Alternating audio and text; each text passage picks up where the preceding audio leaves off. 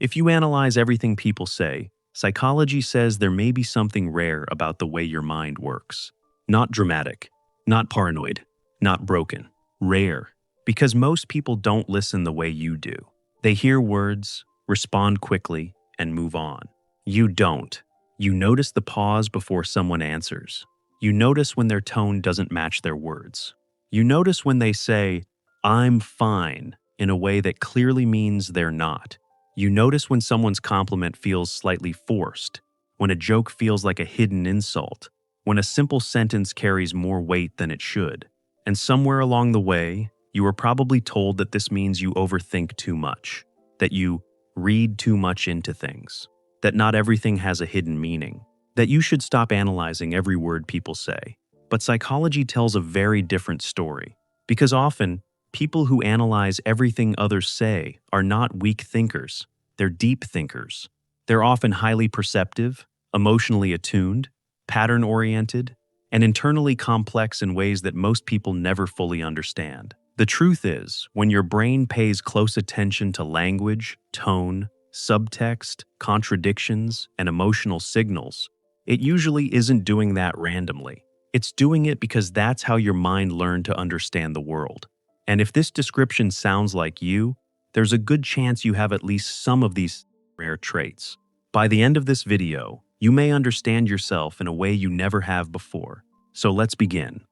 Trait number 1, you have advanced pattern recognition. If you analyze everything people say, one of the rarest traits you may have is advanced pattern recognition. This means your brain doesn't hear words in isolation. It hears them in context.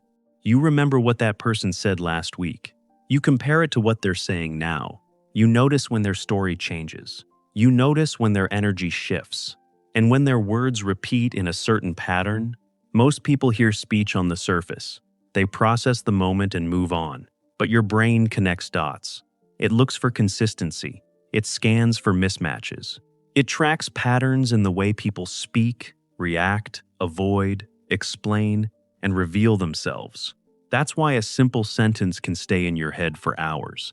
Not because the sentence itself was so huge, but because your brain sensed that it fit into a larger pattern. Maybe someone says, "I'm just busy," but they've said that every time you've tried to get close. Maybe someone says, "I'm happy for you," but their tone doesn't match the words. Or maybe someone says, "I didn't mean it like that," but this is the third time they've said something similar. Your brain picks up on repetition, and repetition tells a story. Psychologically, this kind of thinking is often linked to high cognitive complexity. People with this trait don't just absorb information, they organize it. They look beneath isolated events and ask, "What does this pattern mean?" And while this talent can absolutely become exhausting, it's also a very rare strength, because pattern recognition is what helps people detect manipulation early. It helps them sense emotional distance before it becomes obvious. It helps them notice insincerity, mixed signals, and hidden tension long before anyone else sees it. Sometimes people call the process overthinking, but often it's really advanced notice. You're not just hearing words, you're mapping behavior, and that is rare. But here's what most people don't realize. This kind of listening doesn't just help you understand people, it also makes you feel things they don't. Trait number 2, you're highly sensitive to emotional subtext. In other words, you don't just hear what people say, you hear what they feel underneath it. Most communication is not purely verbal. Human beings speak in layers. There are words, yes, but there is also tension, warmth, resentment, avoidance, fear, hesitation, defensiveness, and vulnerability hidden beneath those words. And if you analyze everything people say, there's a strong chance your brain is constantly trying to decode all of that. For example, when someone says, "Do whatever you want," most people hear permission, but you might hear disappointment, withdrawal, resentment, emotional distance. When someone says, "It's okay," you may instantly feel that it's not okay at all. When someone expresses, "I'm just tired," you might perceive that their fatigue is not the complete narrative. This doesn't imply that you're fabricating anything. Often, it means you're emotionally perceptive. Some people are more attuned to subtext than others. They detect emotional undercurrents quickly. Their nervous system notices shifts in energy, facial expression, pacing, and tone before the conscious mind even catches up. This often happens in people who grew up needing to read others carefully. If someone's mood affected your safety, your peace, or your sense of belonging, your brain likely became adept at decoding subtle emotional signals. So now, even as an adult, you notice when words and emotions don't line up. And that can be both a gift and a burden. The burden is obvious. You may struggle to relax in conversations because you're always sensing more than what's being openly said. But the gift is powerful. You can read a room quickly. You can sense when someone is hurting, even if they hide it. You can pick up on dishonesty, passive aggression, emotional shutdown, or insecurity before it becomes obvious. That level of emotional listening is not common. It's one of the reasons people may feel deeply understood by you, even when you say very little, because you don't just hear their words. You hear their inner state trying to leak through them. And here's where it gets uncomfortable. Because once you hear what people really mean, you can't unhear it. Trait number 3. You have a deep need for truth and congruence. Congruence means alignment when someone's words, actions, tone, and energy all match. And if you analyze everything people say, it's often because inconsistency bothers your mind on a deep level. You don't just want words. You want honesty and coherence. You want things to make sense. When people send mixed signals, your brain doesn't let it go easily. Because mixed signals create mental friction. They create a gap between what's visible and what feels real. And your mind wants to close that gap.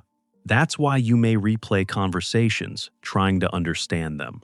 You're not always looking for drama. You're often looking for alignment. If someone says they care but acts distant, that bothers you. If someone says they're honest but avoids direct answers, that bothers you. Not because you're too sensitive, but because your brain craves relational truth. Psychologically, people like you are often uncomfortable with ambiguity in communication. They can tolerate hard truths better than confusing ones. They'd rather someone be direct than vague. They'd rather hear something painful than be left trying to decode uncertainty. This trait often exists in people who value emotional integrity. They don't just want relationships that look okay. They desire relationships that are genuinely healthy and stable. And because of that, they often become skilled lie detectors, inconsistency detectors, and contradiction detectors. The downside is that such vigilance can make you mentally tired because many people communicate carelessly. Many people speak without thinking deeply. Many people say what sounds socially acceptable rather than what they truly mean. And your brain catches that. Still, this trait is rare and valuable. Because in a world full of vague communication, emotional masks, and half-truths, being someone who longs for alignment is not a weakness. It means your mind is built for depth. It means you respect truth, and your nervous system feels safer when things are real. And that's something many people never fully develop. Trait number 4. You're internally self-reflective at an unusual level. If you analyze everything people say, you probably also analyze your words just as deeply. You don't simply repeat what someone said after a conversation is over. You replay what you said, how you said it, whether you sounded awkward or not, or you revealed too much, or you should have said less, whether you should have said more. This question is important because many people assume analyzing conversations always comes from distrust of others, but often it also comes from a very high level of internal awareness.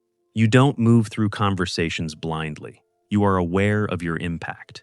You know how words shape connection. You are aware that one sentence can change the feeling of an entire interaction. And because of that, you think deeply about your communication. Psychology sometimes links this to metacognition, the ability to think about your own thinking. In simple terms, your mind doesn't just experience conversation. It observes it, reviews it, and evaluates it. That makes you different from people who speak impulsively and never reflect afterward. You care. You care about being understood, about being fair. You care about whether you accidentally hurt someone, sounded defensive, or hid too much of yourself. That level of reflection can absolutely turn painful if it becomes self-criticism. And for many people, it does. You may replay one sentence all night. You may feel embarrassed hours after a conversation that looked perfectly normal from the outside. But even then, underneath the discomfort is a rare trait: awareness. Self-reflective people are often more emotionally intelligent than they realize. They learn, adapt, refine, and grow because they notice themselves. The goal is not to stop reflecting. The goal is to reflect without attacking yourself. Your mind's tendency to examine communication does not mean that something is wrong with you. It's evidence that you are conscious in a way many people are not. Trait number 5. You process language more deeply than most people. This trait is deep verbal processing. Some people hear speech quickly and move on. Their minds are efficient, surface-level processors when it comes to everyday communication. But if you analyze everything people say, your brain likely processes language more deeply than average. You hear layers. You hear implications. You hear what a word choice reveals about emotion, identity, intention, or hidden belief. For example, you notice the difference between "I want to talk to you" and "we need to talk." You notice the difference between "I forgot" and "it slipped my mind." You notice the difference between someone saying "I guess" versus "absolutely." To many people, those differences seem small. To you, they don't, because your mind understands that language reveals inner states. Word choice reveals certainty, avoidance, warmth, guilt, discomfort, resentment, confidence, emotional distance, and vulnerability. And your brain naturally listens for those clues. This trait is often found in intuitive people, verbally intelligent, emotionally aware, or highly observant. Writers and therapists, deeply thoughtful people often have it. You may even find that you remember the exact phrasing someone used long after they forget saying it. That's because your brain doesn't discard verbal details easily. It stores them, replays them, tests their meaning against tone and context. And while that may make social life tiring, it also gives you a rare capacity. You understand what language does to people, how words wound, and how tone changes the meaning. You understand why one sentence can stay with a person for years. That level of verbal depth is rare. It makes you more thoughtful, more precise, and often more emotionally careful than average. It also means you may need to be around people whose words are clear, kind, and emotionally consistent because your system feels everything in language more deeply than most. Trait number 6. You crave depth, not surface-level connection. This may be the real reason you analyze what people say, because words matter to you. You don't just want conversation.